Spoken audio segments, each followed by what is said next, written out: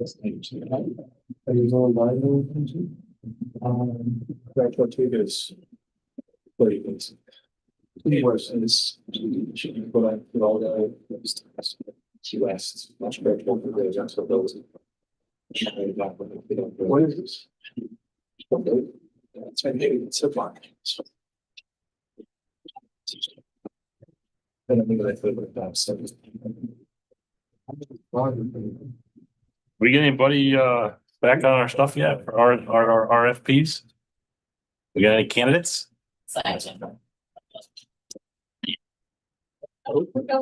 Tom, you're jumping the gun. I know. No.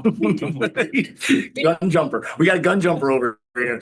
You know, it's exciting. Let me put my glasses on so I can see what's going on. Oh, I'm here. Yeah. Can you hear us, Daniel? Wow. All right. Okay. We're going to bring the Poughkeepsie Joint Water Board March 2nd meeting to start. The first note on the agenda is public participation. Yes. Thank you. Just an update. At the last month's meeting, I had asked about the 2024 audit status. Does we had an update on that? And subsequently, Dottie told me that the board and she received the audit in the beginning of December and has since been posted on the website. So is anybody interested? The audit is out there and should have had it for a couple months. Thank you. Thank you. Anybody else? Okay. Approval of the February 2nd meeting minutes. I'll make a motion to approve the minutes. Second. All in favor? Aye. All opposed? That's a 1, 2, 3, 4. You'll say. Yeah, aye. 4-0. Okay, thank you. Okay, plant status report. Dottie? Okay, so, first, before I go through the status report, I just wanted to mention that, in April 14th through the 16th is the, annual PWTF Conference of the Saratoga. It's something that, we attend. We have an Operators Day on Wednesday, and we often give our operators and maintenance staff the opportunity to go up that day. Okay. It's a great networking, educational session. So I just need to, I guess, get approval for myself as well, since I think that goes through the board. But it would be a night that I will stay up there for 2 reasons. For the record, somebody will still be here operating the plant. Yes, somebody will still be here operating the plant. Very good. So, yes, and not the entire staff goes, it's just, whoever is interested, and we work that out. Still else to it. But I plan on attending at least 2 days of the conference. Do we need a motion for approval? It's safe to do it that way. I'll make a motion. I'll second it. All in favor? Aye. All opposed? Passes 4-0. Enjoy yourself. Learn lots of stuff. Great, thank you very much. Thank you. Okay, so on to the status report. Ultimately, February was a good month. The plant operated normally. We're still around the same amount of production from prior Februaries. The report was made before the end of the month, so the totals there are not completely accurate. We do have a little bit more, so they're right around the same. There were a lot of water main breaks the past couple of months, so I'm not surprised that our water production is high. Overall, we're still meeting communities, everything's fine. We had staff here during the snowstorm, making sure that everything is clean and running. And we did have a delivery of liquid oxygen that day, the most recent one, which is a little bit of a touchy, scary thing since liquid oxygen, and there's a lot of hazards with the delivery in itself. We often have an issue with the Marist Hill being plowed sufficiently. So we were able to make sure that that occurred safely. Some of the other work that we did this past month was rewiring sensors for the level sensors in the basins, as well as demolishing and re-feeding lines for new chemical flow meters. We're scheduled now because of some of the weather issues we've had this past winter to re-tap those transformers on March 24th. That's pretty much correct. I was gonna fill my pool with liquid oxygen so I could breathe underwater. I couldn't help it. I couldn't help it. Math joke. Stupid engineering joke, more like it. Okay, budget status. Budget status so far, we're good. We're about 15% completed with the year, and at this point, 11% within our Right. things. I did, Karen's here joining us today from the city just to bring up the capital budget. One thing I'd like to make sure I stress to the board is, especially as we move forward with the IMA reevaluation and stuff, that we truly identify what the process is for our capital planning. So we had a little bit of a just I don't know, just some items that should have been on the capital budget, and for various reasons we just need to finesse things this year to make that happen. So I don't know if Karen, you'd like to mention anything here, or I think we'll overall review the whole process, Okay. with regards to the capital and what was considered capital, what maybe should be an operating. And I think we're gonna work on that, probably within the next few weeks. Was there anything that was funded? Any issues there with that or no? With regard, there's no issues with any EFC funding, I'm just things saying, like that. It's on a capital plan, doesn't mean that it's funded. Exactly, Right. right, this is yeah. one of the problems, is what we had what we were thinking was a capital plan or a capital budget is really not available. So items were taken out of our operating budget and put on that list when really they probably should have maintained and kept in our operating budget. Yeah. But it was just misunderstanding of how that gets funded. So landing on something coming up with a plan that we can continually follow would be very beneficial. Okay, so you guys gonna work it out? You know? Yeah, I do have a couple of quick questions. Chris, I mean, we can talk about it later. Chris Shaw called me actually just before I came over here, so. Yeah. Great. Anything we have to do? Let us know. Okay, I just wanted to really just make sure that the board was aware that if you. Are you like the town of Poughkeepsie? You've never had a capital plan? Or did you used to have a capital plan at the drug one? We've had a capital plan. I think it was just a little bit of some transitioning and some, is it really considered capital or is it really considered operating?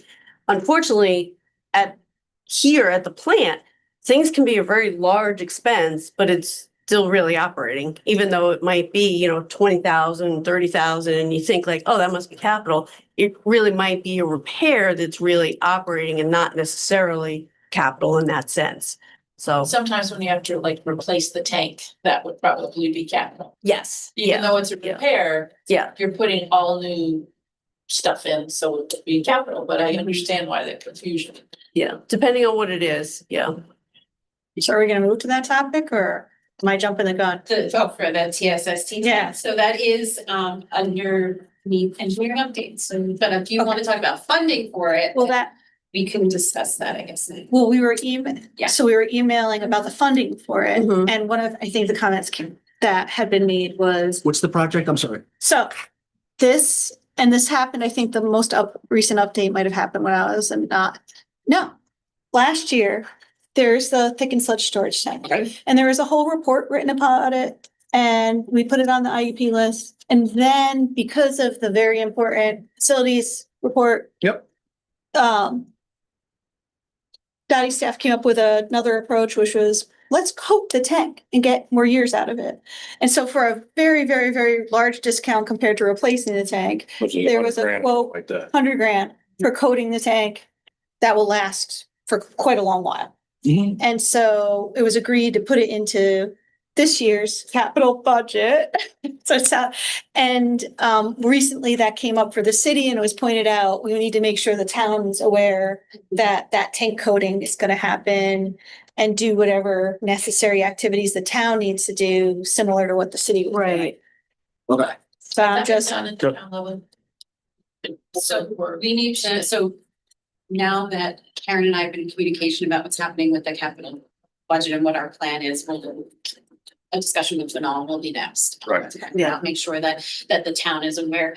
They did receive the same Excel file spreadsheet that we've been using to plan our capital budgets, so for capital plan, and so they've been aware of it while they were planning it, so I think they should be aware at least that these are the things that we were funding or planning to do this year. We'll discuss that. So, and as far as the TSS2 tank goes, Joe had said that there's additional roof work that needs to get done, so that project is not just 100,000, it's probably gonna be more like 115,000. Since we have to do some of that work, which is not included. And the roof is specific to the tank, correct? Yes, Okay, because I was trying to explain this, well, just before I came here, and I'm like, no, I'm pretty sure it's related. It's not like the roof just needs to get repaired. It's, whether it's, you gotta pull the tank out or whatever happens, I don't know. the roof is on part of the tank, I mean. Okay, the roof's part of the tank, It's that's part fine. of the, yeah, so, it's, Just one night. Just need to update us what the hard numbers are. so, That way, like, what the town is responsible for, so that way we can make sure we all right. plans for that.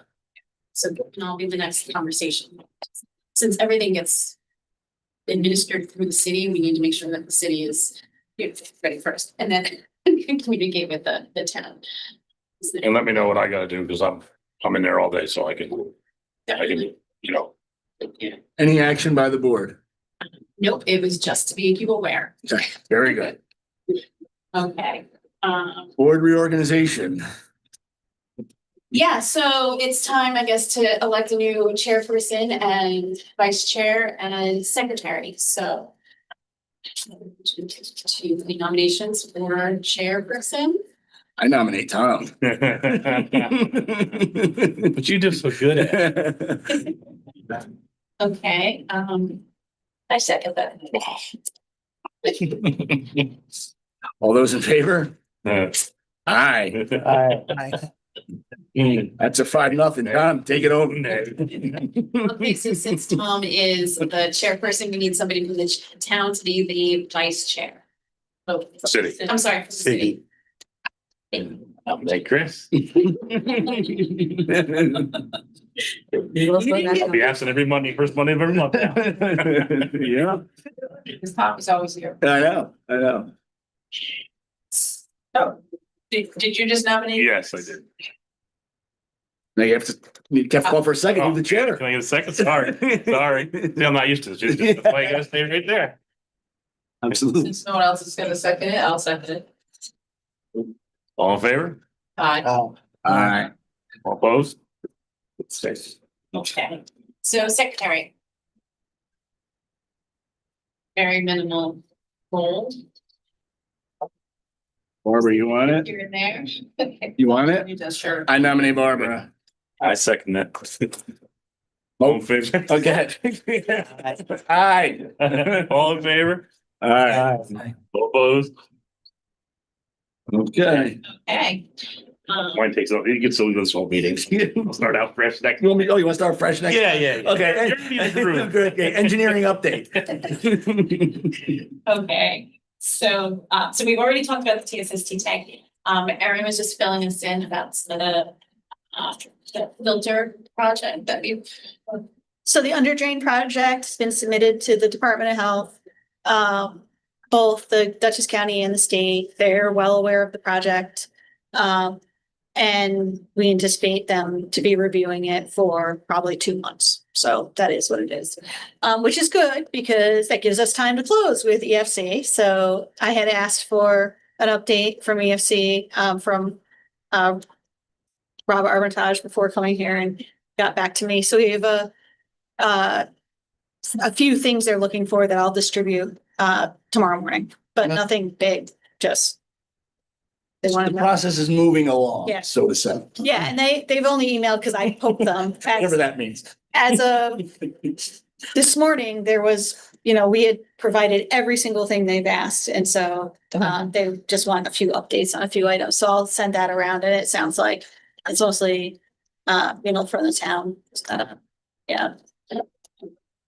Get some answers back. Just for those new board members that are not aware what this project is, it's the under drains of our 6 filters. And we had filters, the under drains fail a year, 2 years ago now almost. And this project was originally deemed an emergency and we're still, slowly getting to that point. So it is a concern that we get those under drains released. We're on the IUP. We haven't closed yet. And I hear HABs are an emerging contaminant. I don't know. I don't know if there's any point to relist us and get scored, but now so in other words, this project was applied for funding before the Right. HAB incident. Right, but it's a loan, right? It's not a. Because we didn't qualify Right. for any funding, but it depends we just should close. But if things proceed slowly, I'm going to keep my eye on when things are open and closed and see if there's any chance we can. Weasel our way in the backyard. It's not even weaseling because the filters were majorly a component of protecting the drinking water during the HAB incident. So it's just emphasizing filters were acting reliably on a day-to-day basis is super important. When there's an HAB incident going on, like triply is important so that they are reliable and can protect this, the community from this is something I think worth emphasizing. But I just don't know if it's gonna get us anything, but we're gonna try. Here's an unrelated but related question. Do we track how much precipitation we've gotten so far versus last year? Do we anticipate having the same type of situation happen this summer?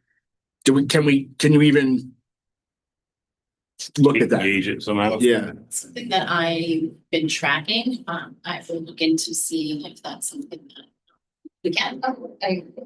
Chime in. Yeah. Go to the Dutchess County Airport and there's a link where you can get their data. I can also provide it to you later. I've been tracking it for years for Poughkeepsie and using Jonesboro. There's also a couple of rain gauges up and down the Hudson that you can use. Does it work? Does it calculate well versus with the salt line versus how much precipitation we get, or is it not even? It's data. Yeah. Okay. It's one, and think about AV cooling, it can be different wherever you're looking. So it's just another data point.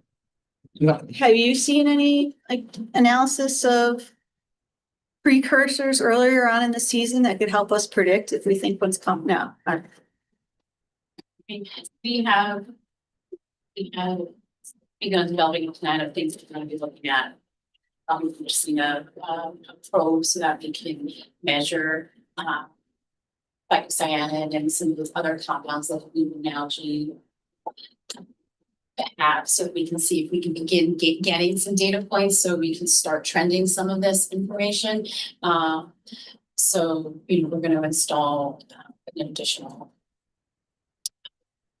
connectivity meter. We've changed how we're reporting connectivity throughout the plan on a regular basis. So hopefully we have a better idea of when we see some of this change. So we can leave it.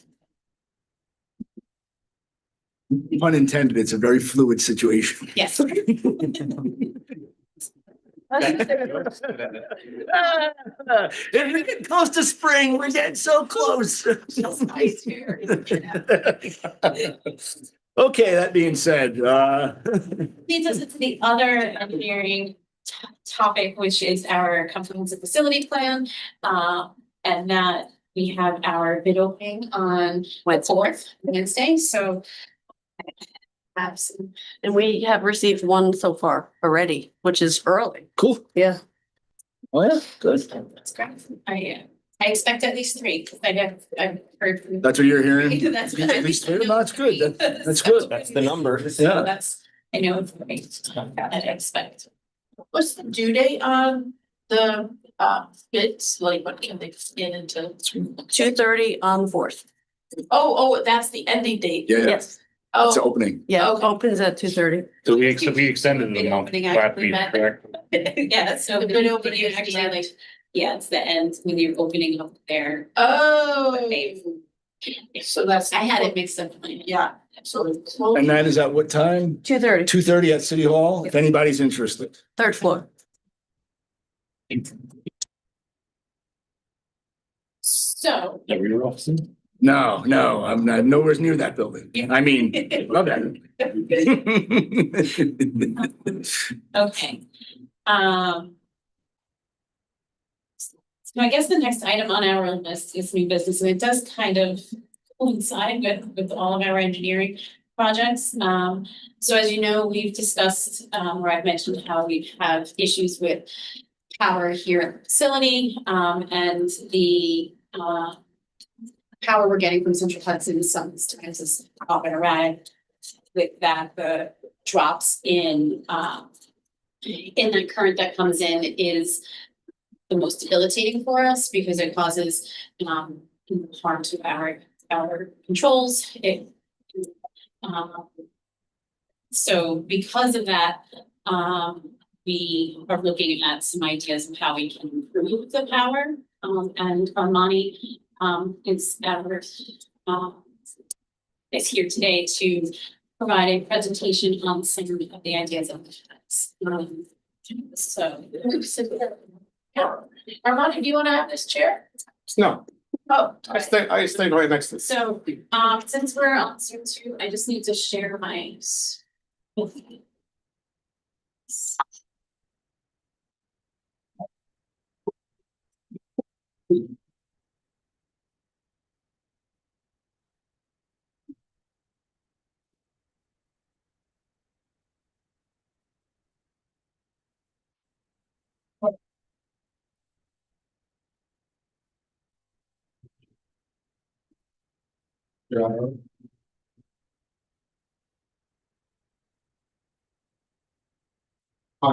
Yeah, sure. You know how to share the. Click on the green upper arrow. So that should do it. And I'll give you the option to pop up. Yeah, okay, so, Yeah, that was. okay. Can you see my screen?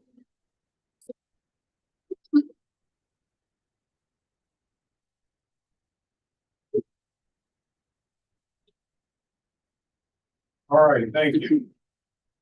So Armani Ballesteros have been around at this plant for the last 30 years. And I started working with Joe and Brian, gone into the centrifuges of the solar building. And from that point on, I pretty much do everything that has to do with controls of the plant, automated all the systems, so we only have one operator every 12 hours. Everything else is an autopilot. Except when something goes wrong, the operator is there to take care of it. But one of the main problems that we have in this plan is regarding to the power, incoming power from Hudson, Central Hudson. And I just put this morning, what we got is 3 phases. You cannot see the other one, but there's 3 lines and it's showing you how much disturbance is, how much power coming in. There and the contract supposed to be give us or provide us with a plus or minus 5%. I've been asking them to do another study and to give us a little bit more information because every single area, I would get a lower power than what it's supposed to. If it's a 480, I'm getting 440 during the summertime, even going down to 400 volts. So low voltage and high voltage are bad for equipment. Low voltage is even worse because you are consuming more current in your load. So some of the devices we got burned out some pumps, burned up a UPS system, which is supposed to help us to clean up the voltage, burn up the ozone generator. So far, the plant has invested like $300,000+ in repairs and labor and everything else. So from that point on, we had 2 years, we have an incident during the summertime where the power went down and then come back up and went higher than was supposed to be and then dropped lower than was supposed to. And we burned out few pumps, communication modules, and then we have to have operators around the clock in different areas to even run the plant for 2 weeks. That's the cost like $200,000, plus the equipment that we have to replace. So they asked me if I can do something about it. They bring a group of engineers. They do mid voltage and high voltage, doing the studies to work with me to see if we can help with the controls to give them better, cleaner voltage. And fortunately, when we did the upgrade for the controls, I already took all that in consideration. So we put a transformer, filters, we put UPS batteries in it, like for if the power goes out, I still have the 24-volt circuits continue running, so it will tell me, hey, you lost power. So after that, I contact Schneider Electric. It's a company. There's $34 billion globally. They have 120,000 employees, 300 different factories, and they connect with the president of administration to even build more factories in the U.S. to have this built in the U.S. In addition to that, And all the hardware in here now is currently Schneider anyway, right? yes. So that's one thing. When I came here maybe 12 years ago to the meeting, when I came to the meeting, and it was a problem back then where you would have a controller go down, then we had to call somebody in Michigan. Then we have to call that person who comes fly from Michigan, come to the plant. Oh yeah, you have a problem here. I gotta get you a part. I'll come back in 2 weeks. So it was months of repairing one system. So the board member was actually Randy asked me how we can improve. So I give him an option for Siemens, Schneider Electric, Rockwell, and ABB to do the controls. We've finalized it to do a Schneider Electric. That's why we end up with them. Now, in addition to that, I can communicate with them seamless because I have controls. They talk their language, so I can just connect, get an IP address, and I connect immediately to the system. So, yeah, so they this company made a deal to build more factories in the US. And one of the things that Schneider Electric proposed to make the most of the energy resources is bringing progress to make sure that also they're not polluting, they're not doing anything, trying to be more as clean as possible. So I just talked to you about the 4-income power, the quality, several power qualities events, the spikes, shocks, and all kinds of transitions. Like if you look at the trending, there's sometimes someone starts a motor here, which I would go with the high lifts. The high lifts are 800 horsepower, but they run at 4160 volts at 38 amps. So what happens is there's 3 lines and there's an immediate start. What that does to the entire plant, it brings down in another areas the spike. And most likely you're going to be okay. But during the summertime, you are already in the low voltage, and you start a new motor, you're going to go even lower.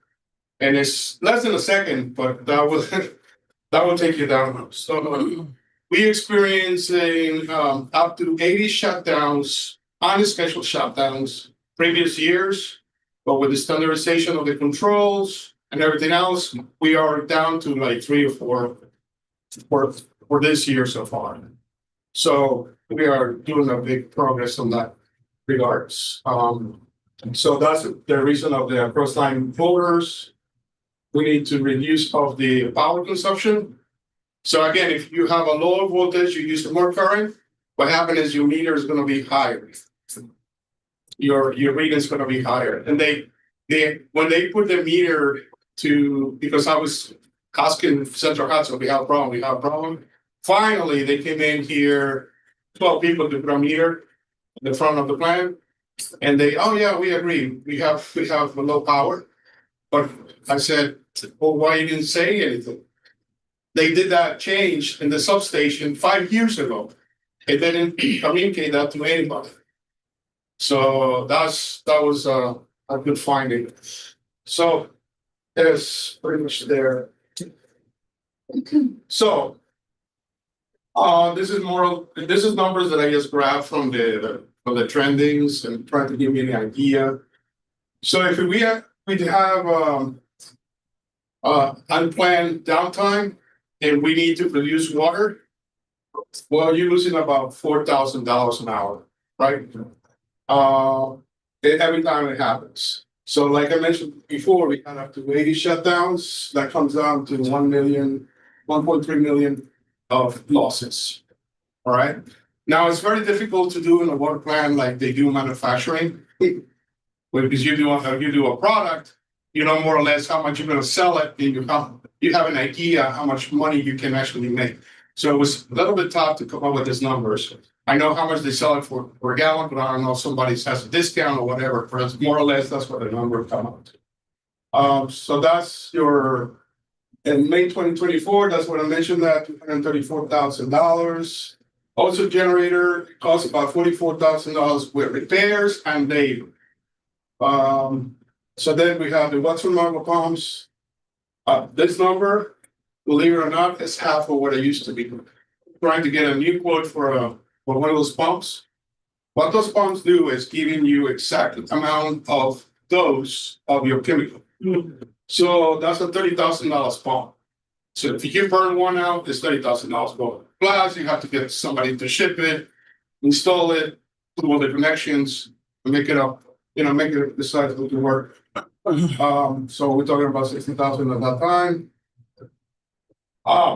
Throttling the valves. So what's going to happen with one of the items that I'm trying to give you is a VFD, it's a variable frequency drive. So why we know one right now what we're using is a 3-phase connection, and the motor is running 100% of the speed. So the only way they can control the operators to throttle down to throttle down the flow, they need to throttle a valve. So now you have a motor that's running 100% speed, but you're reducing it, you're closing a valve to get you a flow. Why they will do that? Okay. So what happens is here they have 2 rates, right? So one is a 14 million or 15 million gallons per day, and the other one is 11 million or 6 million gallons per day. So what's happening is they fill up the tank all the way to the top in the reservoir, and then they reduce the speed down to 11 million. And that's what they call like 2 different rates. So it's one lower to get the water changed. So that's what happens there. So instead of doing that, you can do it in base electronically. You can say to the motor, reduce 90% of speed or reduce 60% speed. Okay.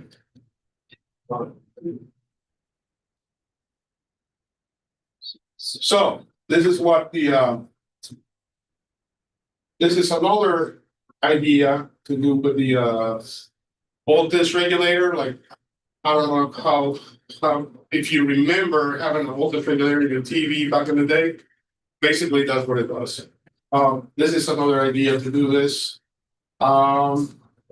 Basically, that would help with the entire facility. So whatever we coming in on the incoming feed, we regulate the power. right? So this is basically, I can go over everything, but it's basically the same idea of the VFD, but yes, for the plan. This is the variable frequency drive, so inter and medium voltage, 4160 is 4,160 volts. We consider medium voltage is not high voltage. The high voltage that comes from the post is 13,200 volts that we're supposed to be getting, and we are not getting that. So, I mean, 13,600 volts, and we're getting 13,200 volts. So it's lower. So it's direct proportional to the amount of voltage that we need in the entire facility. All right, so that's the high lifts, the 4 pumps, 800 horsepower. Drives, I want to have the same capacity on every drive. I don't want to have, one is a 600 horsepower, they want a 700 horsepower. I just want to do the 800 horsepower, so that's that. And then you have one, which is the backwash. That's only used for the filters, when they do a backwash to the filter. And that's immediate savings right there. And this is what the energy savings. And that's the Central Hudson savings. So basically, there's a program out there. Hopefully, they don't take it away. So by using VFD, Central Hudson would give you credits back. So what we're trying to do is we're trying to get money from Central Hudson and New York, Sarah. Which one is that? Yes, so we're trying to get in that program. And the last time we did the inventory of all the VFDs and this plan, it was close to $600,000. The plan do not need to put money out. It's gonna be credited back to the plan. So you can find the project right here. So they have the project, we will have the people that build the Schneider Electric. They're licensed in New York. They're pretty much they doing this installations everywhere else. So we have the support from them. We will be able to communicate with the state immediately. As soon as we connect, we will be able to change the speed or whatever we need to do.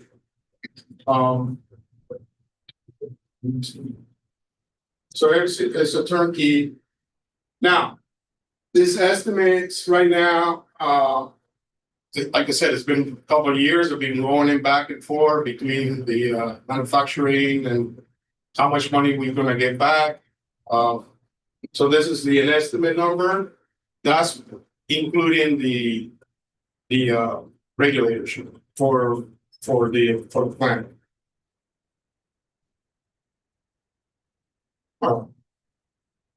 So, one thing that I want to mention that I forgot. So let's just say, hopefully not right away, but let's say in 3 or 4 or 5 years, you decide to build a bigger plant somewhere else.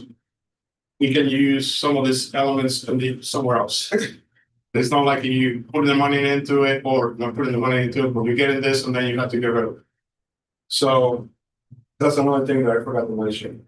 But we did the all the risk assessments, all the stuff, the studies. I will give you links to the government and the Central Hudson, so you can see that. So that's me with the VFDs and the voltage regulator. The second presentation, Mike is going to help me out with that.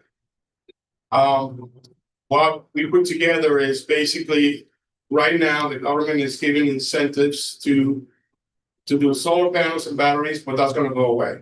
So we only have like a very small couple months to do this. One of the will help us is you will need to provide them some area where you can put solar panels, but they will give you batteries. Now the batteries I'm talking about, they're the size of shipping container. It's not a battery that you can start a car or something like that, but you can help me out with that. Yes. All right,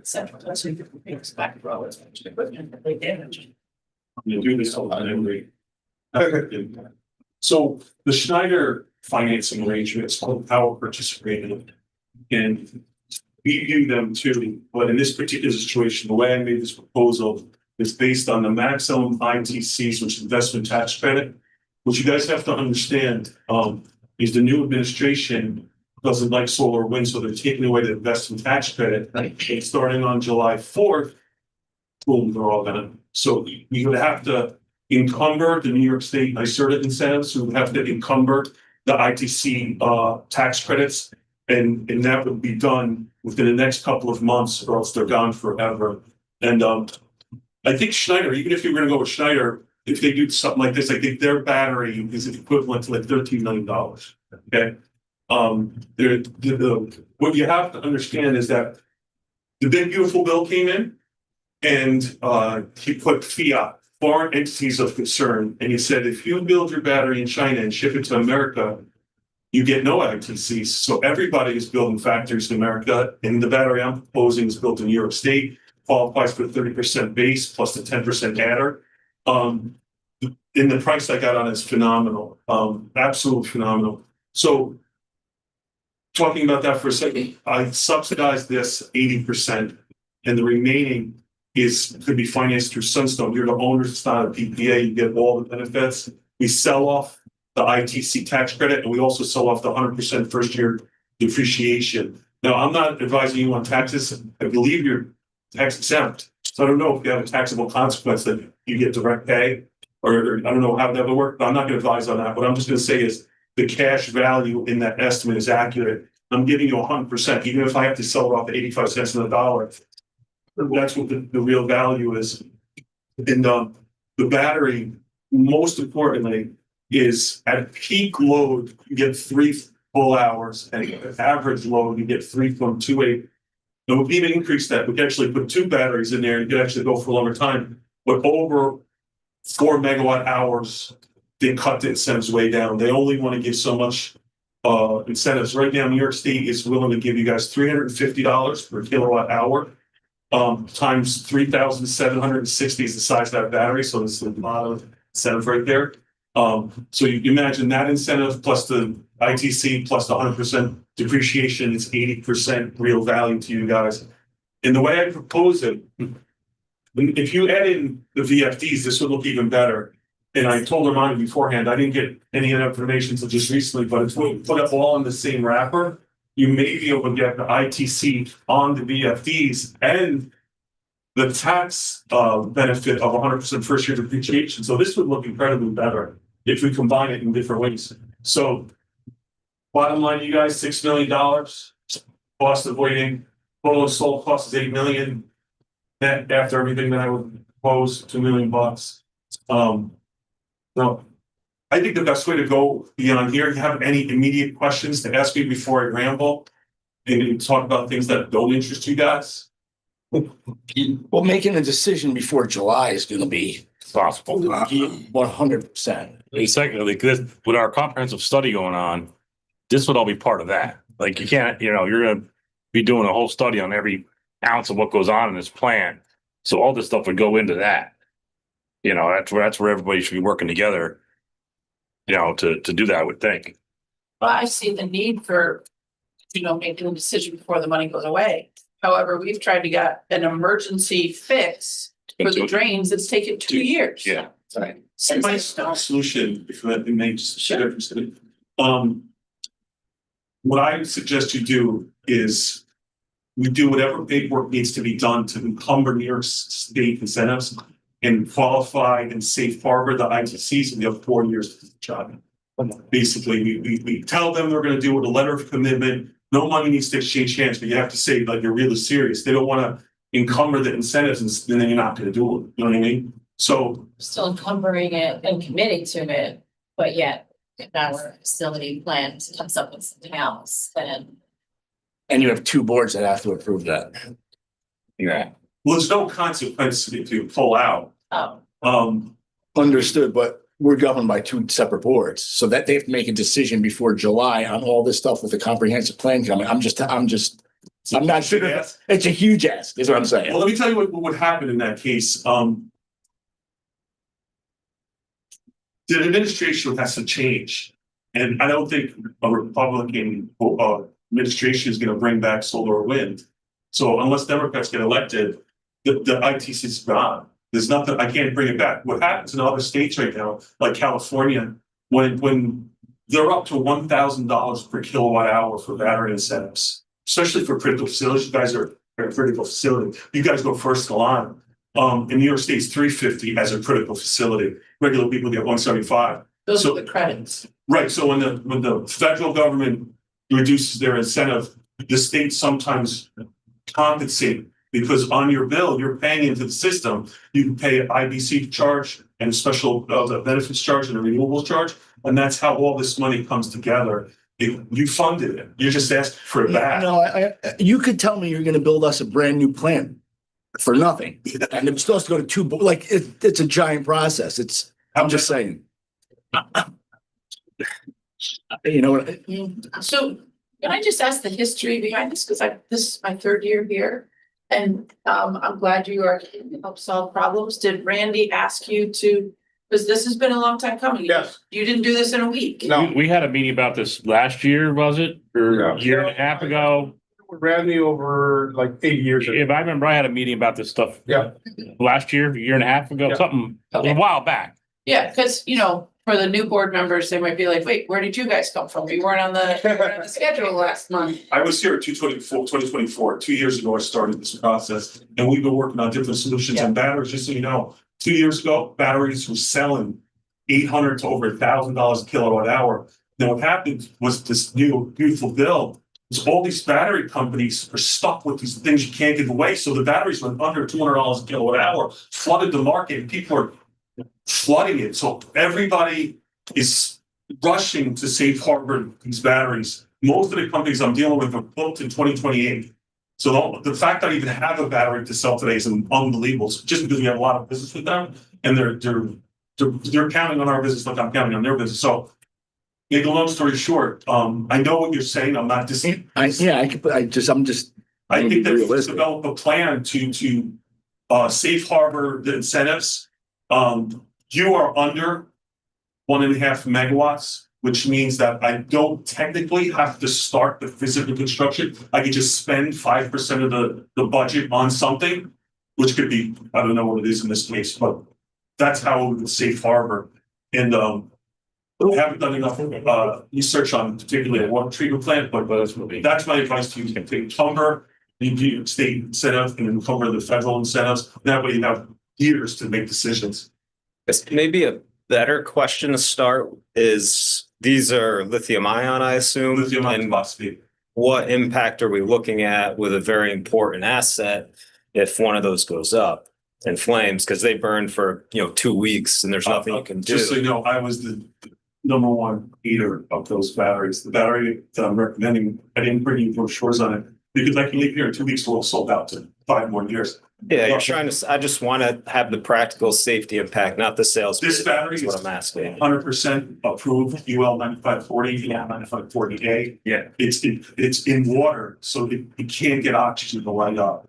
It's basically fireproof, and it basically has all these measures because all the issues that went before us for the last decade, they've been working on this. Tesla's unreachable. I'll go with them first, but you couldn't even get them on the phone right now. They're so booked out. They're doing gigawatts, not even megawatts. So to answer your question, if you want to go through with this, we have plenty of time to go to the factory, to talk to people, to do whatever you need to do to check it out. But this battery is priced so inexpensively at 40% ITC. Any other thing, this doesn't become practical anymore, and it's costing you guys money. Most of the people that I work with, most of the corporations, do not have taxable money, so I have to sell up to RTCs. And they're really interested in the savings. They're not interested in spending money. They're interested in getting money back. So that's why I speak this language like this.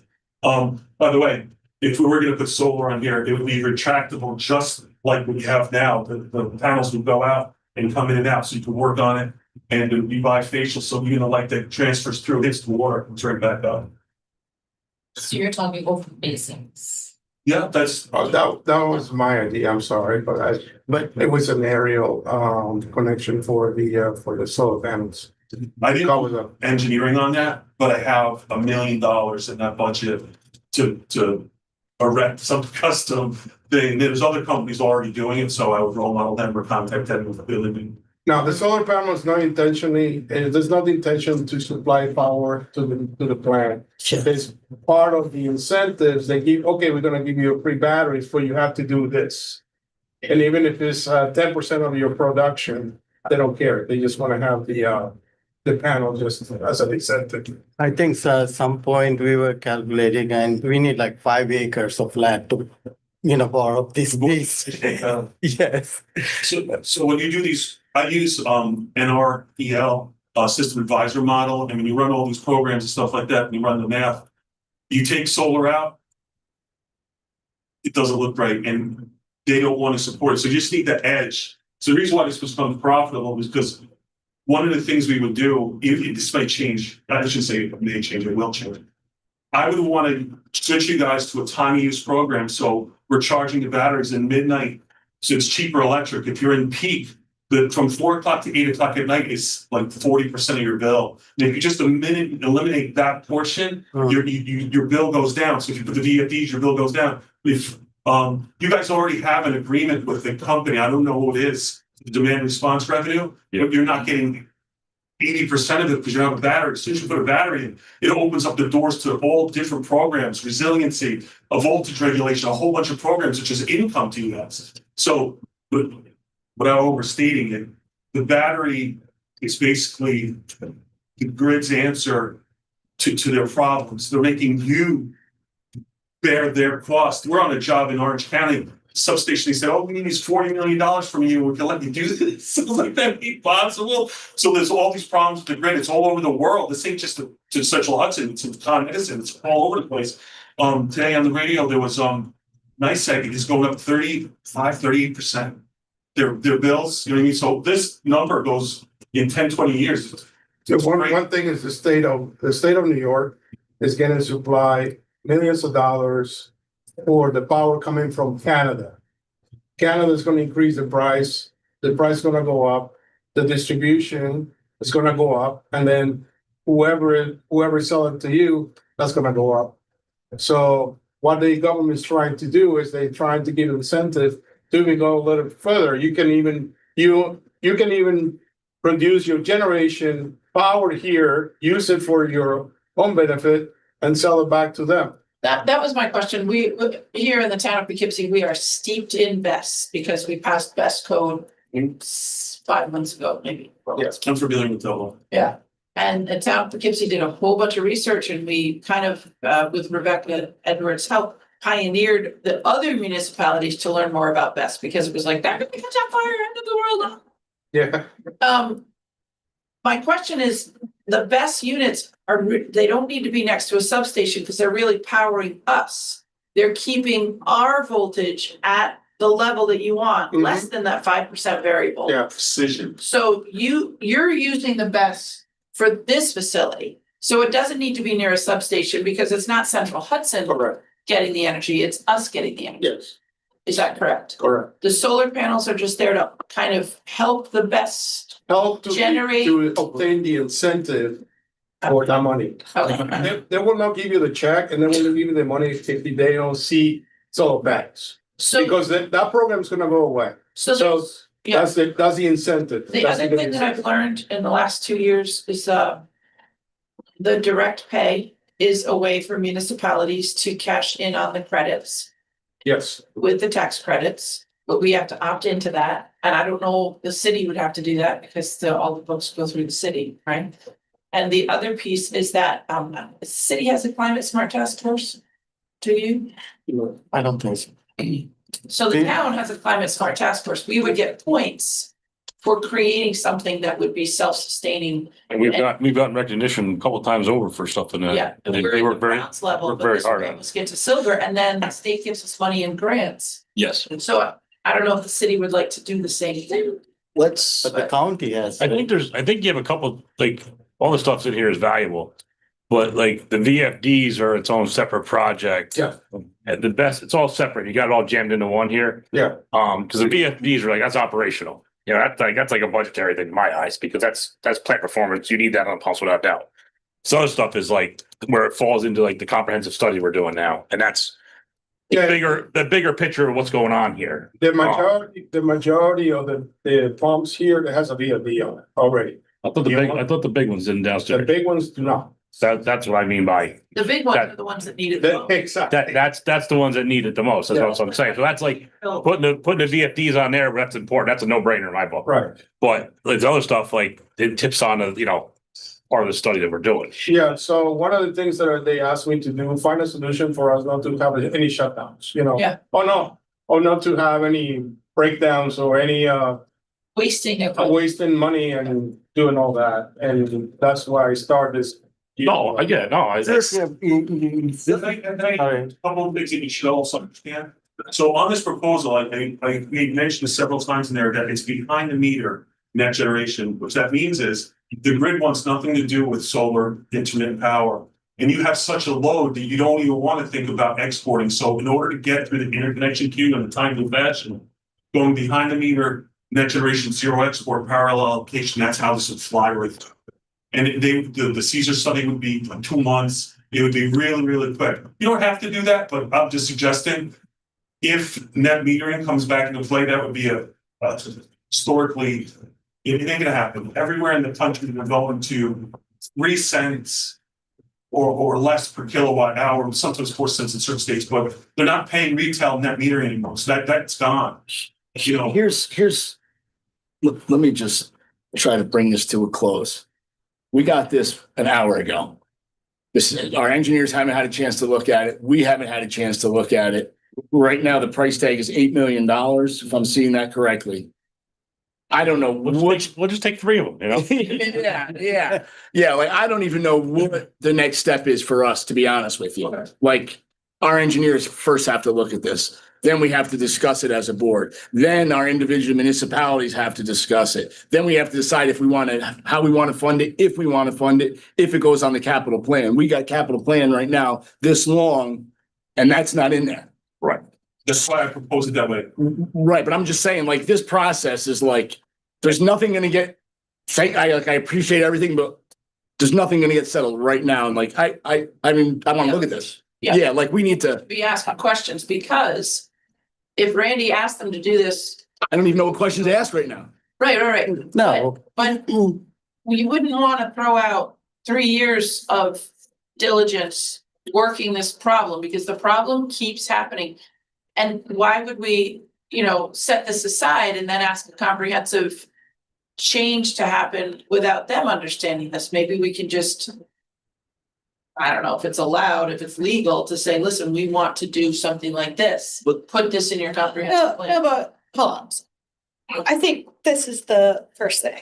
And I understand. I think maybe you guys realize everything's ending, so we're gonna quickly try to share this information, but maybe this is a lot. This is like an engineering charrette versus a presentation to this board. Like, this is too much. We're drinking from a fire hose here. And no one's had any time to absorb, like, this needed to be a little slowed down on how you're trying to communicate the goal here, which everyone knows. The power drops are horrible. There was just gone through us of VFDs and the solar and what, so it's not really the story arc is not, we're like in a Quentin Tarantino movie. So we need to bring it back down. So let's talk over the month and figure out next month how to present this information in a digestible format. Part of it, like the PG license, drawings, all the studies, it's been done. Right, but we gotta learn, we gotta present this. But the project for this study took us how long to approve that funding for? So this is, This is. In everybody's defense, he has brought this to the group of us, the staff here. And part of the concern from our perspective here is some of the spacing, like the size of these things and where we're gonna put it, what's the feasibility of actually implementing it? And with it coming at the same time as going through this comprehensive facility plan, there's been concern about like, what comes first? Which do we do? Do we wait for this? Do we not? But so that's one of the reasons why we're getting this now, hearing that some of these incentives were going away, which wasn't necessarily the case, a few months ago. So that's why it's coming to you now. Those concerns are still a big concern for us. I mean, designing solar panels for on top of the basins, is that really something that we can even physically do? Yes, we want to cover them from an operations standpoint, but we weren't necessarily thinking solar panels. And that's the first time I've heard it today. It was earlier. That's what I mean, like, So it's like we took a lot of time for the comprehensive plan just to get out the door. Think about that. And this was not even Part of it, right. Like, which it should have been. if it was this important and working on for 3 years behind the scenes, it should have been part of that comprehensive plan. Like, we spent a lot of time on that. Like, this should have been. Yeah, part of it. I mean, The only thing said, the only thing that like the VFDs are, to me, are a separate operation. That's a budgetary. Agree. That's an upgrade that you do, now as part of that. Agree. This other stuff, that's way bigger and that's the whole, that all falls in Many that. of these are a small, like even if you don't go with the voltage regulation, the VFDs, to me, even to put 2 pumps in the VFDs, that would make me happy. That's a savings there alone. So then pumps coming on full tilt. Right. Yeah, so VFDs, you're talking about maybe 700, 1.2 million, but you get incentives, you get money back and pay for it. Right, and that's a huge electrical savings alone. And then you have the end of the month, you're changing the taps for the service coming in too. So you gotta kind of see what that does, because that Central Hudson's making their attempt on that end to get us back to where we should be. Right. So we could be going more crazy than what we have to until we actually see what the result is. I mean, granted, you might need filters or whatever the case may be, but it's kind of gotta. We're going to take a recommendation from a plan. And we're going to take this over the recommendation of a comprehensive plan. Like it should be in tandem of the, I think. you know what I mean? Yeah, I hear you, but the point is that the quality of power that you have here is unusually poor. And you're absolutely right. It's not anything, I'm just seeing this for the first time. Right, but is that part of the comprehensive plan is to deal Well- with I mean, we pretty much put everything but the kitchen sink in the comprehensive plan. I don't recall if that word is in there or not. It's in there, So that feeds in. This will feed into that yeah. as part of it, because then that's your spacing for units to put outside for storage and batteries and all that stuff. And I don't know if the zoning changes with the town at all with those battery storage things or not. I mean, Even though for us, I don't know if that affects that or not. sorry, so what I understood, we have a power generator. I mean, we have a generator. It's we have to manually start it. It's a manual start for So- emergency only. Yeah, so I used to work in a situation, we were generating our own power. We had 3 generators,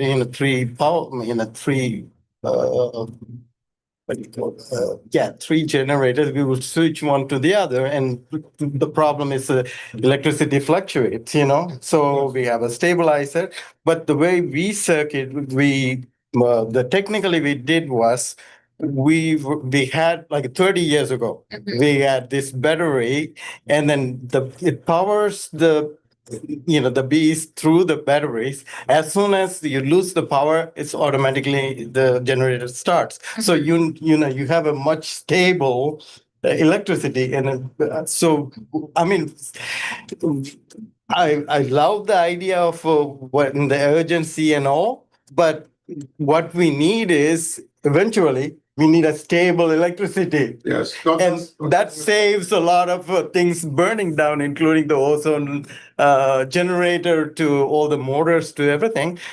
First of all, there's savings because we stabilize the power and we have the generator. It's just a matter of if we can do it, but they'll, Unfortunately, with the generator you currently have, it's a 2 megawatts generator. What Okay. happens with that generator, not only there is unstable to start and get you up running, we tried to run it through the generator, the entire facility, and we had to go to a different location, different areas to manually control it for an extended period of time that's not, because it was not up to whatever. So, and there's a diesel. okay. So that's a generator, there's a diesel. I even proposed to Randy to do a generator with hydrogen and get the oxygen, and I was a little fancy. We're sending the study to the University of New Paltz to give some a little bit of study, but it was not really feasible at the time. Plus, the government at that time, they didn't want to give any incentives for you to produce your power. Now, they want you to produce the power because they cannot supply power. We know how to generate the power. I mean, in the state, the country knows how to generate power, but the transition to go into cables, they have the same infrastructure for many, many years. You get a more population and they haven't changed anything. And so here's the thing, would you say we pay approximately close to $1,752 million per year for electricity? Yes. Yes. Yeah. So it's, $10 million, it's, you can have the return on investment, not, like a 30 years, we could. The rate of return you pay back is under 9 years.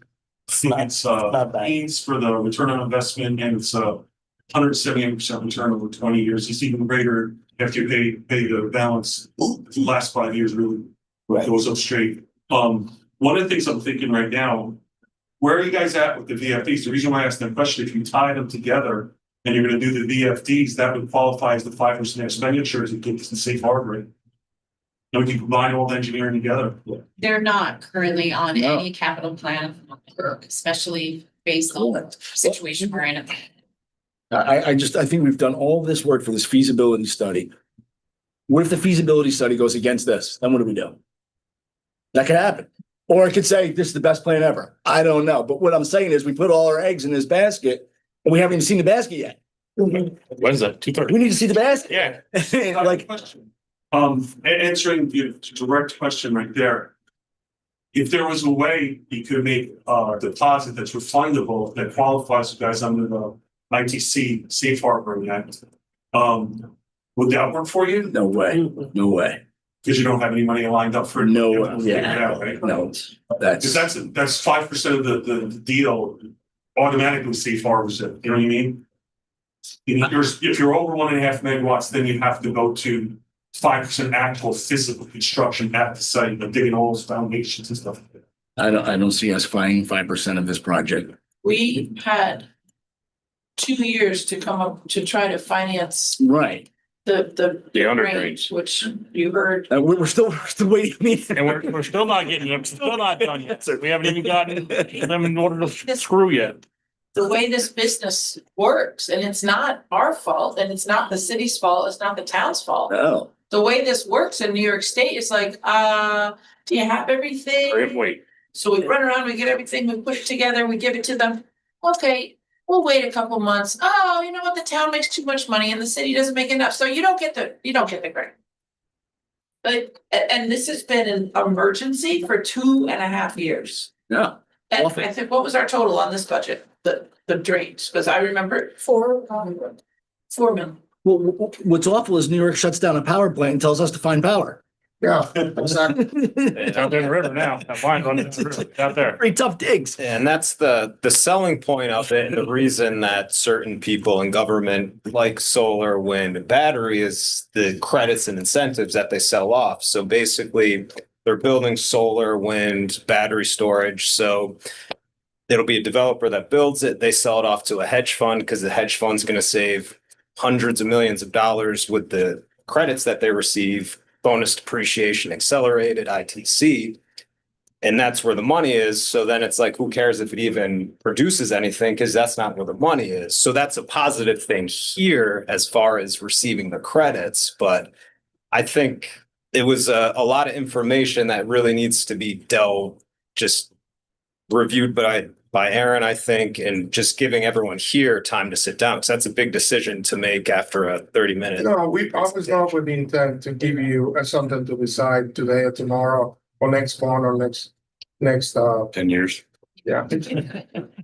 We do appreciate it. I mean, it's frustrating that at the timing that it came, but I do appreciate that you have given us this information right before the bid opens. And we find out what these other contractors or the engineering firms want to do, because at least we found out that this is an opportunity before other companies come in and say, oh, no, you have to build a second plant somewhere down the river. Right. And this is only focusing on saving electricity and creating a better flow of electricity.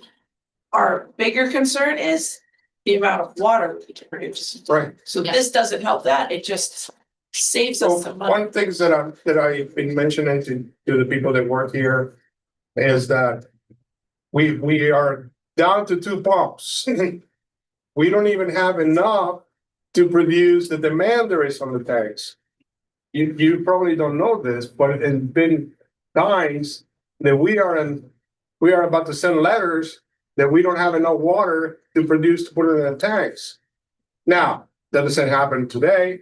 It happens at 2 o'clock in the morning when we're trying to start up at 6 o'clock in the morning, and we didn't have enough level to do this. So at that moment, So at the is that- time, is that- you gotta find Is that the pumps itself, or is that the power, or is it not having VFD, or what is it? You got too many different projects going on here at once. Yeah, so Pumps are bad? Okay, we replace pumps. Yeah. But like, that's. most of the time it's been the power. And most of the time it burns, right now, it burns like VFDs and other pumps. We have to replace those for the consumption of this, to move the solids to the other building. We had to come up with an emergency plan to buy the VFDs, install it right away. So I don't want to be in that situation where the high lifts or 2 high lifts goes down and we don't have enough to produce to. That was Memorial Day, right? Yeah, Yeah. That was the Memorial Day emergency. yes. Can we get smaller modules of stabilizers? Yeah, the drive, there are capacitors and diodes. That's the voltage regulator. Okay. And the VFDs is a well-proven concept. So even if you buy one for the 11 million, you can go from 11 million to 6 million back and even if you buy it. Yeah. But that's the reason that I put it together is because they've given us money to do it. Right. Because I know if I go to the city, I need $6 million, they're gonna tell me we don't have the money. We don't even have the money to pay you right now. Right. So the problem is I had to go out and try to find money. I'm looking for another grants to get even the 5% down so I can do this. However, that's what I'm presenting it to you. It's So the not, power is a big chunk of the issue that oh, yes. provides. 90% of the time is the power. Not only because it goes down and goes up and the pumps, the motors get damaged. The VFD gets damaged. The communication gets damaged. Now, it's not like in your house when you need to heat up your bread, you put it in a toaster and it's fine. You're talking about thousands of voltage going into one motor instantaneously has to start. And all this torque, it has to start instantaneously. So if we have the VFDs, we can ease it up. Oh, perfect example. We got changed the one in the blower because I was an emergency, burned out.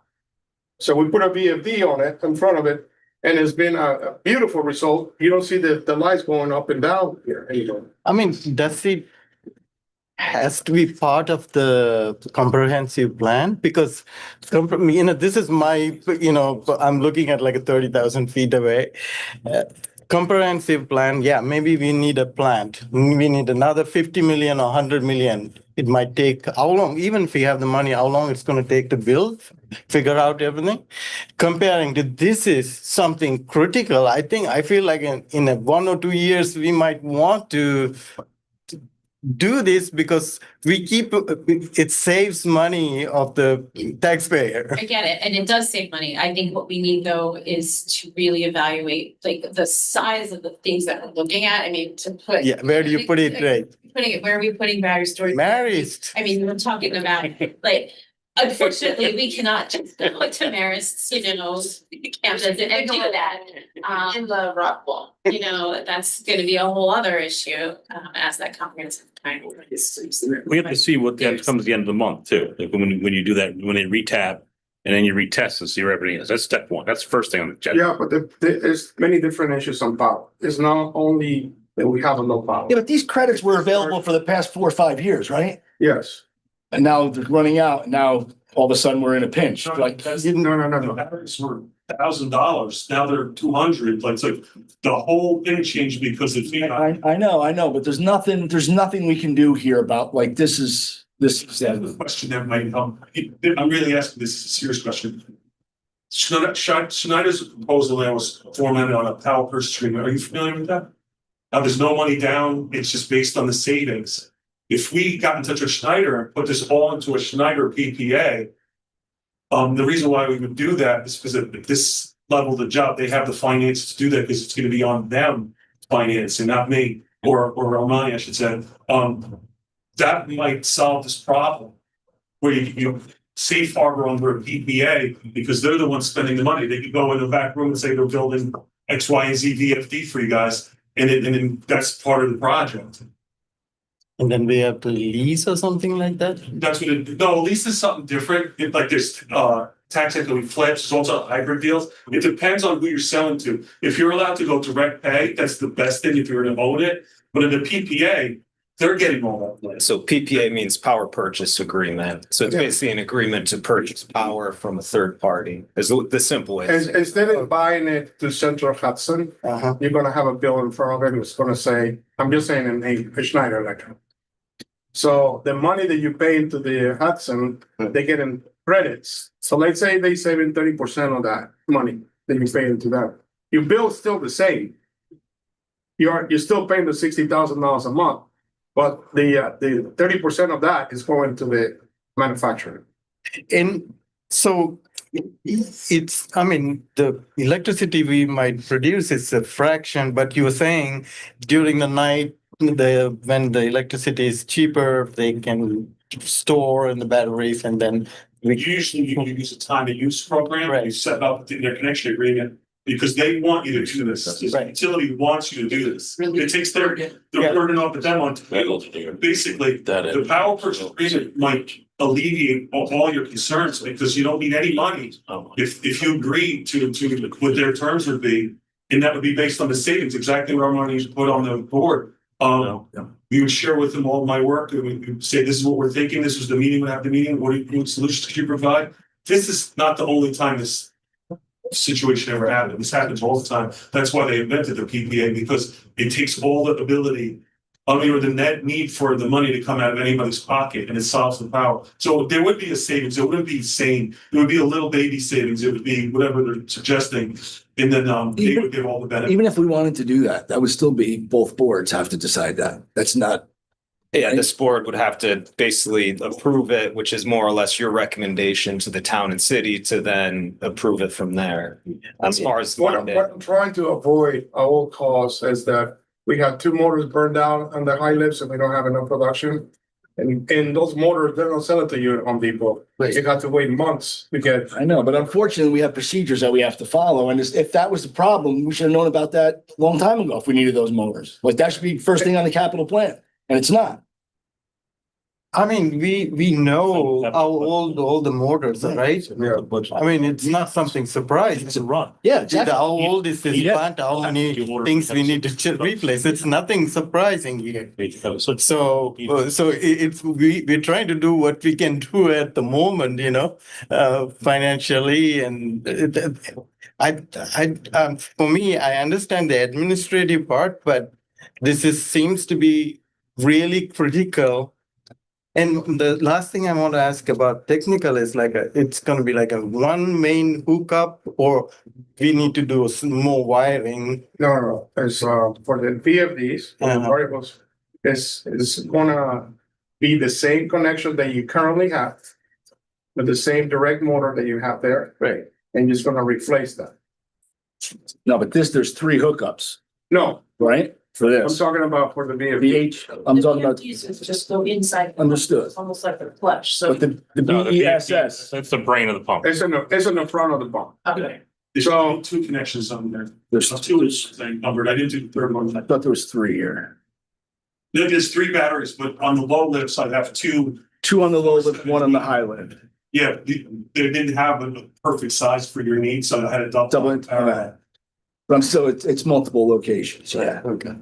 Well, for the to answer your question, for the VFDs, you have already in existence three-phase coming in and feed a direct drive. Instead of direct drive, you're gonna have a variable frequency drive there. So that part gets eliminated. You put a new box with all the electronics to make the motor speed up slowly and get to the speed that you want. Then you can change it. The operator can go and say, I don't need to produce 11 million, I can go 6 million. And the other mistake they make in the engineering, when they did the upgrade in the low lift, they did not match the high lifts production. They do not match the intermediate production. So we have a problem right now in the low lift. If one pump goes bad, we don't have a spare. There is nothing to go to. If two pumps goes down, you cannot produce enough water to fill your tanks. We had similar situation. I mean, we did have one pump down and we Yes. operated fine, and we have one that's that's been band-aid, so we can operate, in our, as best as we can. And that is like a worst case scenario type of situation, Right. but we are able to function with one down. It's not ideal, and it depends maybe which one, because they are different types of pumps and what they're able to do, but. What's our next step? I think our next step is that I email you these, you can take them with you, but I'll email them so you have them. And review it, and we can communicate, I guess. Erin and I will talk about what what she thinks about these, and we'll come back with some more information the next meeting. I also just realized something that's really key for you guys understanding, who does this for you guys. We insure everything. We insure the clawbacks on the IT sales, the tax investor, and we also insure the warranties. So this battery assembly, I think we're putting 456,000 with the insurance company. So it's the life of the battery. It's 100% operation maintenance. No matter what goes wrong with the battery, it's 100% taken care of. And even if the EPC goes as a business, even if the battery comes out as a business, the insurance company is paying for it. And it's an A-rated New York State insurance company. So that's really hard to get accomplished. And that's, no matter what you do, that's what I suggest you do, insure it so that nobody knows what's going to happen with these things in 10 years, 15 years from now. But we're using maximum warranties and insurance costs to cover that. No matter which way you go, I think that's important, because when I go to school for this stuff, in the field, the cells, the packs, and the modules, when the cell dies in a strain, it reduces the voltage. And then what happens is the battery degrades faster than it should. If nobody's taking care of that and balancing every 6 months, the battery doesn't last as long as it should. So you want that insured. Let them take care of it. Right. And so you have to do nothing. It's all turnkey. And the companies we're using right now is Munich, RE, and another big company. So they're A-rated, A+ rated, they insure everything. And you didn't ask me to, I'm just going to inquire when I leave here for the next couple of weeks. I'll call Schneider and talk to them about what they would do in this particular situation and what we possibly do to safe harbor the ITCs. Because you got to take time and money out of the equation. If you're pressed for time, you won't make a decision. If you're pressed for money, you won't get a decision. So we got to remove that if it's possible. And that way you have plenty of time. 4 years is plenty of time. A couple of months is not plenty of time. So that's what I'm going to work on for you guys. I'm going to see if there's a way we can legally safe harbor this under some type of PPA or something. We can always change it as long as we safe harbor. We're good. In a lifetime of a battery, you would say 10 years? Or? This company, is 15 years, but we made a deal with the insurance company 20 years. We're paying for a 20-year warranty. You want it for the life of the loan. The loan that I gave here, I assumed that you guys had no money. So some credit is gonna not lien the property, you're gonna lien the equipment, and for the life of the loan at $139,000 a year, they have a lien on the equipment, and it doesn't affect any other finance, it doesn't affect other property.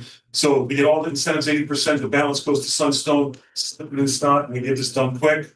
But I like the direct pay if we could do that, if you were gonna own it, because that's the most money, it's more profitable that way. I was talking about the direct pay IRS. Right, when we're selling off the ITCs, they're transferable, and then same with the 100% depreciation. Even if you don't have any tax write-off, if you're allowed to file it with the IRS and get that money 100%. I've seen nonprofits do that. I didn't think you were a nonprofit though. Are you guys not? Municipalities are allowed to do direct pay. Then it would work. I don't have any experience with that though. Municipalities just have to file their taxes with the IRS and say that we are going, since we're going to do an energy generation thing, we're gonna capitalize on it. That's what helps be a climate smart task force. That's that stuff.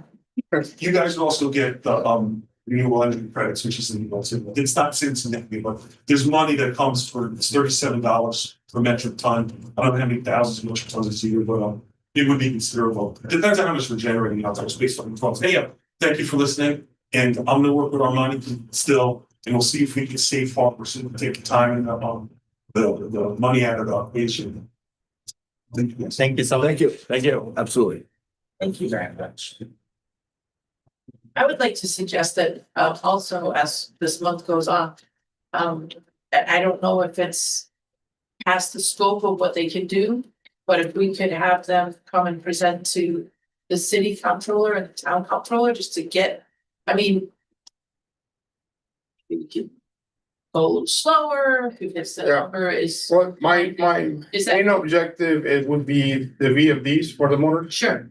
And the rest of the stuff, is nice, and that's money that comes free from the government. If we don't use it, well, it's okay. And the reason I suggest that is that everybody who has a stake in this situation could be thinking in the same month of have it introduced to everybody, because what seems to happen here is we look at it, another month the city looks at it, and another month the town looks at it, and that's one of the reasons why everything takes 6 months to Right. sign a document, so. I do make jokes about it, that if I give something to Randy, I see the project maybe a year and a half after I get the information.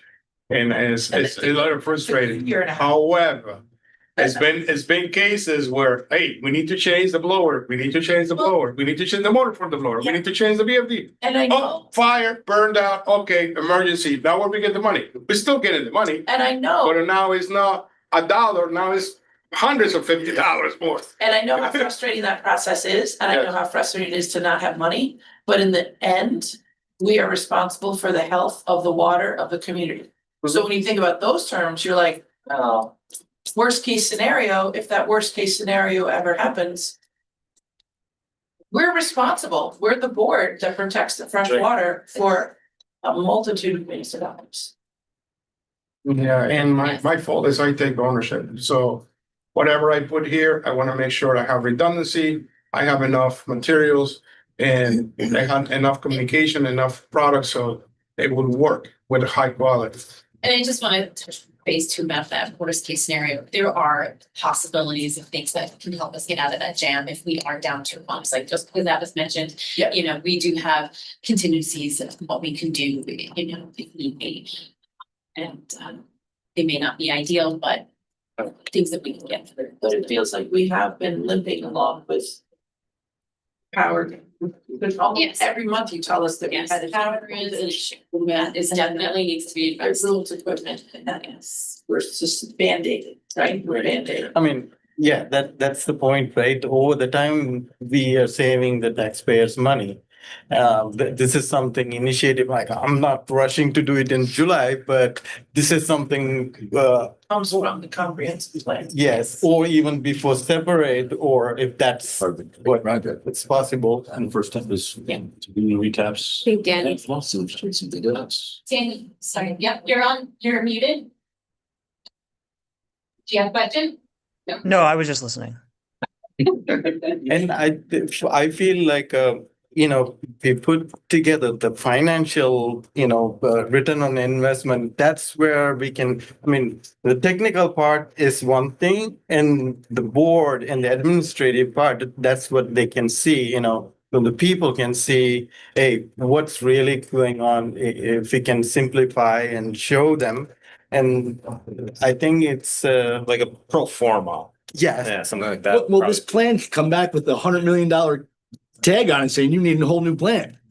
I mean, it's. And $8 million is peanuts. That's At that what it is. point. Like, that's what the whole point of this comprehensive plan is. But we put so much stuff into it to figure it all out. These are puzzle pieces to I it. mean, But I mean, this is something we're talking about 2030 or so on, that's, we are looking at our population and all, right? Yeah. So what my point is right now, regardless what they presented, this module, even if we have another plan, this is something you can move it. We are not throwing it away. no. So this is something got to be done apart from the comprehensive plan, or it can be part of it. All together. When it's a brand new plan, I will be not forcing you, but trying to make sure that your new voltage and the new plan and the new transformer, they're built for, to grow now. Aaron, what do you think the timeline is going to be for, I mean, obviously we got to pick an engineering firm that we want to use to do this study.